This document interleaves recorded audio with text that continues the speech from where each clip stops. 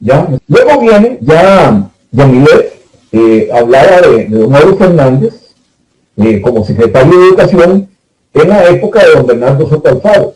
En esa época que está en el estado, en auge, el estado liberal, hay un cambio completo de paradigma. Ya hay una posición, como lo eran las liberales, anticlericales, viene todo el desarrollo de la educación laica y todo lo que conocemos de la secularización de los cementerios, la proscripción de las órdenes religiosas, pero entonces es cuando se cierra la Universidad de Santo Tomás en medio de una gran polémica, pero se refuerza mucho la educación secundaria y se crea el Liceo de Costa Rica, el Colegio de Señoritas y después el Instituto de Alajuela.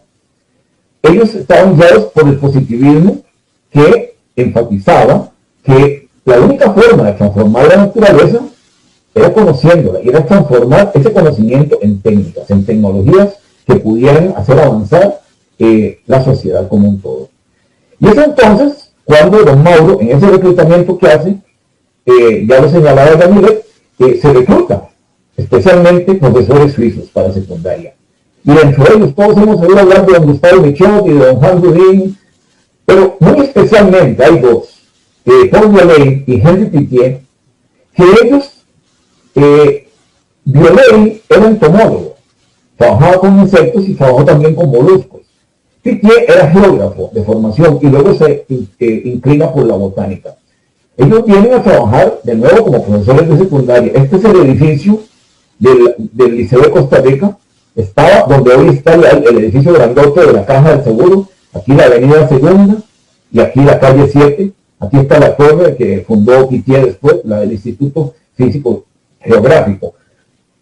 Entonces, esto hay que destacarlo, que Viollet y Pittier vinieron como profesores de secundaria, pero era gente que tenía otras aspiraciones, otras expectativas y quisieron trascender. Y es por eso que se funda el Museo Nacional en 1887 y ya en el 89, primero Pittier había planteado la fundación del Instituto Meteorológico y después se hace una combinación con el herbario y se crea el Instituto Físico Geográfico. Pero ven que aquí ya hay una preocupación por institucionalizar nuestras ciencias. Aquí está la famosa torre de la que les hablé antes, este es el mismo edificio del Liceo de Costa Rica.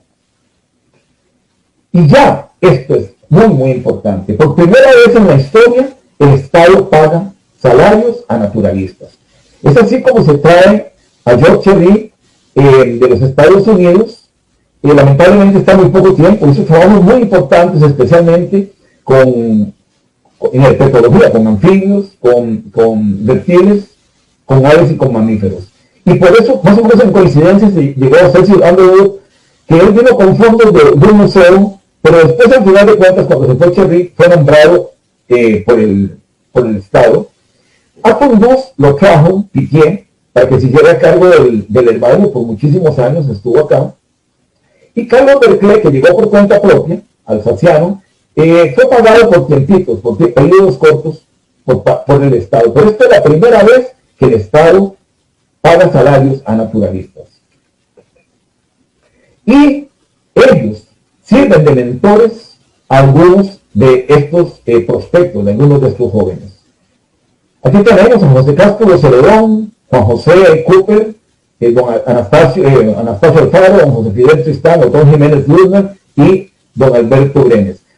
He marcado en rojo a José Castro Celedón porque realmente a José Castro yo lo considero como el puente, porque él fue formado por don Francis, por el alemán don Francis, como ornitólogo, especialista en aves, y juega un papel muy importante en la fundación del Museo Nacional. Él había estado 4 años en Washington, en el Smithsonian Institution, y hace los contactos para que Anastasio Alfaro haga una pasantía de 2 años y venga a hacerse cargo del Museo Nacional. E incide de otras maneras, tuvo mucho dinero posteriormente, fue mecenas de algunos de estos naturalistas de varias maneras. Pero entonces ya en este segundo periodo es claro que tenemos nuestros primeros naturalistas. Y eso nos lleva, repito, al Museo Nacional fundado en 1887. El museo se convierte en el pilar de nuestra institucionalización. Y ahí hay lo que en física se llama una masa crítica, ¿verdad? Ya hay una cantidad de personas suficientes para inducir cambios importantes en el devenir de las ciencias naturales. Entonces, los suizos, de los que ya hablé, Valderclese y estos jóvenes, los estadounidenses, comienzan a interactuar, pueden discutir ideas, percepciones, hipótesis, observaciones, hallazgos, y además comienzan a acoger progresivamente a diferentes investigadores que pasaban por Costa Rica.